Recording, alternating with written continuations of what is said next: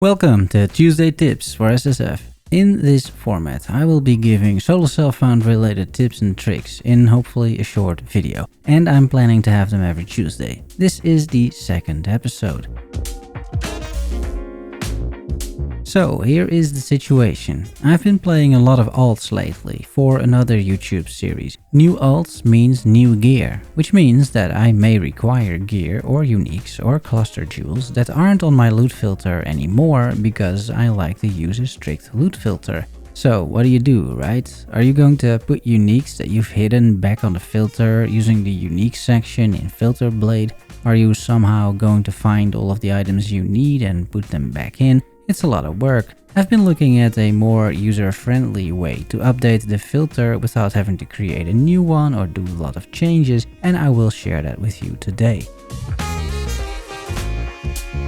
Rather than going into each individual section on a loot filter, there is one section that says highlight specific bases. This is where we are going to make our changes. We're picking this section because it overrides everything else, meaning we can make changes here, find what we need, and then just remove the items again without messing around in the rest of the filter. It's very convenient. What I do is I make a few sections over here by adding some new rules. I tend to differentiate between the categories I need. You have to do this because you must choose a rarity, for example. Uniques are always a separate instance because you are setting the rarity as being unique.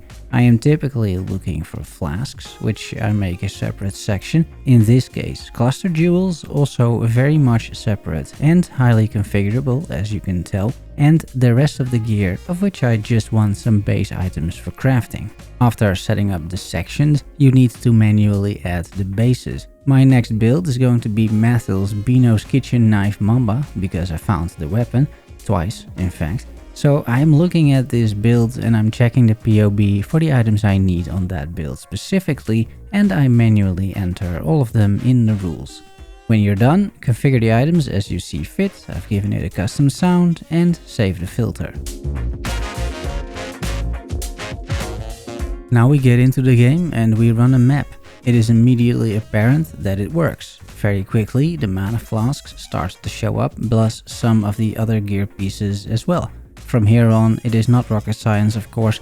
As soon as you feel you have enough pieces, remove the item from the filter again and save until you feel at ease to transition into the new character. After running roughly 10 maps, my tab looks like this, full of base items for crafting.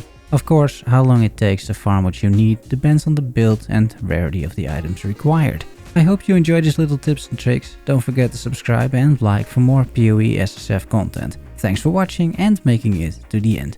Love you all. See you soon. Bye bye.